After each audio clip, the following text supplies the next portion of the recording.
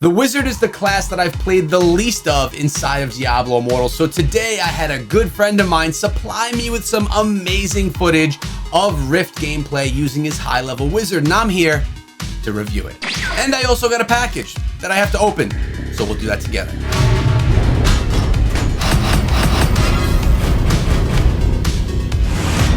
What is up, my friends? My name is Echo, and what I want to do today is kind of kick back and watch the Wizard gameplay that you're going to be watching as well. Now let's take note, this footage is from my good friend Nemo from the Scrappy Academy YouTube channel. If you've never checked out the channel, he also provides you with regular Diablo Immortal videos, so check it out. But also, this is footage from the brand new iPad. Keep in mind that that brand new iPad that just came out this summer does not yet allow the high FPS mode. I don't know why, Blizzard probably just hasn't built it for it yet. But I'm really looking at here not only the Wizard gameplay, but also the textures and how good the game looks at first glance on this new device. Now, one thing that I'm noticing, and the first thing that I'm noticing, is that this Wizard moves fast. I don't know Nemo's skill breakdown on things right now, but I love the speed of the Wizard. Obviously, in an Elder Rift, you want to get this done quickly so that you can get to the end boss and you could kind of just finish things off. But look at this, as the Wizard goes through, doing just so much damage so quickly, something that I never was able to get my Wizard class to. My Wizard never got to the level of this much damage because I don't even think I ever got my Wizard to Paragon, just because I went back to the Barbarian. But looking at things right now, this Wizard is looking pretty darn sweet. Being a ranged character, being what I've called a glass cannon in the past as well, it seems that this Wizard, this build that Nemo put together, can actually deal with quite a bit of damage, not only battling from afar, but also be able to kind of run right through the enemies that are ahead of him and just take him out. Like right here, a blue enemy, blue boss, not boss, but blue mob, quickly getting taken down just from the Wizard using his primary attack and a couple of those skills along the way. Notice the skills are happening over here as always, and also you can notice in the bottom left that Nemo, he should probably charge his iPad. But the final boss has been spawned. The Rift Guardian is here, and let's see how quickly Nemo can take down Endugo. Endugo was highlighted on one of my latest thumbnails, and it looks pretty good if you ask me. Nemo right now is gonna be, look at the damage being done right here. This is really incredible, I have to say. I'm impressed. Now, Nemo did tell me that the Wizard was not even a thing in PvP, that he would get crushed in PvP. And watching how much damage is being done right here, pretty impressive. What does he have? The Trick Shot gem, another Trick Shot gem, and he got Mocking Laughter. The worst gem inside of Diablo Immortal, but at least it can be used to upgrade other gems. So why wait? Let's jump into another Elder Rift and kind of kick back again and see how he does this yet again. And I'm going to ask you guys a question. That being, do you like using ranged characters inside of Diablo Immortal, or are you more like me, where you like to get right up in the battle and beat things down with a Barbarian or a Crusader, or maybe even sometimes a Monk? So right here, a blue mob right in front, pulling them all in, just using, I don't even know the names of his skills, and look at how quickly his skills are ready. That could be because of the Rift modifications as well, but completely clearing out the mobs nice and fast, really without suffering any damage. Keep in mind, Nemo is a Wizard Paragon level 51. If you don't know what Paragon is, that means that he's maxed the level of the Wizard and then gone 51 levels beyond that max Paragon. Also, that means that he's been able to spend 51 Paragon level points, or basically skill points in a Paragon tree, which is going to give him some extended skills and abilities that he can implement into his character as he plays on through.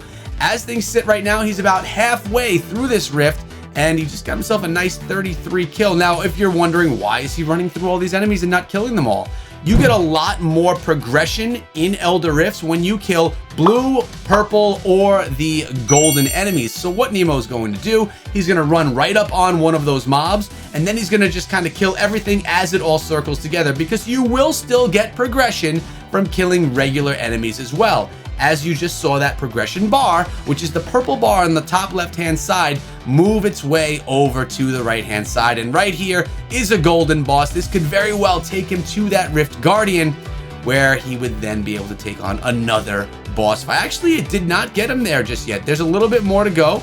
Oh, nope, it did. I stand corrected. And it's the Countess, or Sanguine Queen, as they're calling it right here. Do you remember that video where Nemo and I did 10 Elder Rifts together and we faced the Countess 10 times in a row? That was weird. That wasn't my plan for that video, but sometimes strange things happen inside of Diablo Immortal. Speaking of, wow, that went down quickly. That boss went down really quickly. Notice he's using the legendary crests. He picked himself up the Zodstone, Pain of Subjugation, and the Black Rose. So far, nothing crazy good.